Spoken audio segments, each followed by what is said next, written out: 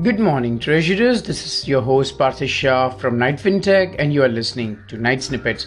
Here is what you need to know before going into trade for 28th September 2021 in the international market. US Treasury yields resumed their march higher on Monday, with 10-year yields hitting their highest level in 3 months on solid economic data and signals the Federal Reserve is shifting towards a more hawkish policy. The 10-year Treasury yields rose as high as 1.51 percentage points in morning trading, its first time above 150 levels since June 29th, before falling back as the higher rates drew in buyers. The 10-year Treasury closed at 148 and 30-year closed at 199 on Monday. Here are the catalysts for the higher yields seen in the recent week. Number 1, inflation is proving stickier than originally anticipated. And number 2, Delta variant wave is subsiding, meaning that the economic growth is likely to accelerate into the end of year. In the crude oil market, crude is trading at $79.42 per barrel. Short-term range for crude is 75 to 80.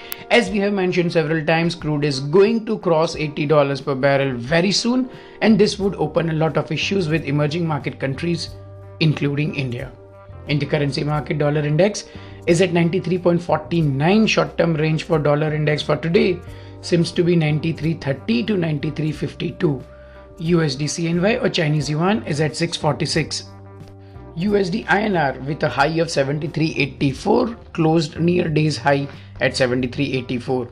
Please note that 73.85 resistance has been tested multiple times in the past 2 weeks, so keep an eye on this. It will be broken very soon.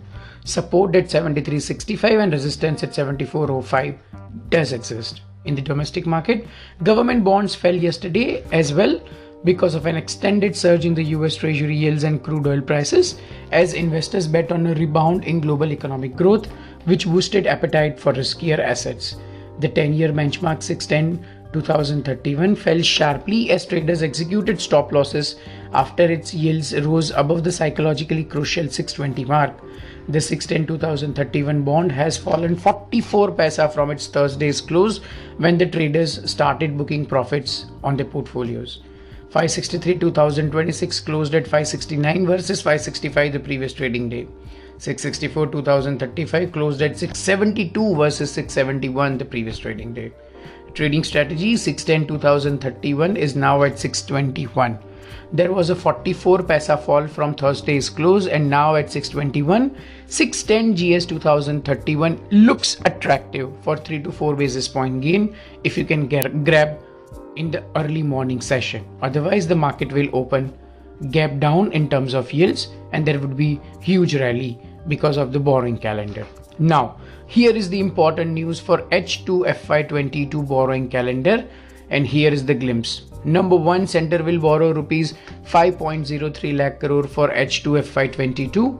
Number 2, total borrowing for FY22 will be 12.05 lakh crore, unchanged as it was announced during the budget. Number 3, in the budget in H1 FY21, rupees 7.24 lakh crore, which is approx 60% was to be borrowed, and actual borrowed amount is 7.02 lakh crore.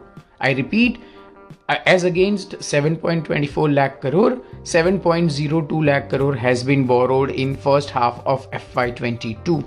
The 5.03 lakh crore in H2 FY22 also includes the remaining GST shortfall payments to the states. Our Night Fintech's verdict on second half FY22 borrowing calendar: with a positive surprise, market will open gap down in terms of yields.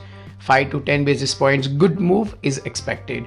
The positivity may last for a couple of days. This will also reduce our fiscal deficit to 6.6% from 6.8% estimates. Our initial estimate states that the government may have borrowed it from NSSF, National Small Savings Fund, as FCI dues are already cleared. Overall, a very bold and positive borrowing calendar with few assumptions on government asset sale program. Trading range for 610-2031 for today would be 610 to 616. That's it for today. See you tomorrow with the new episode of Night Snippets.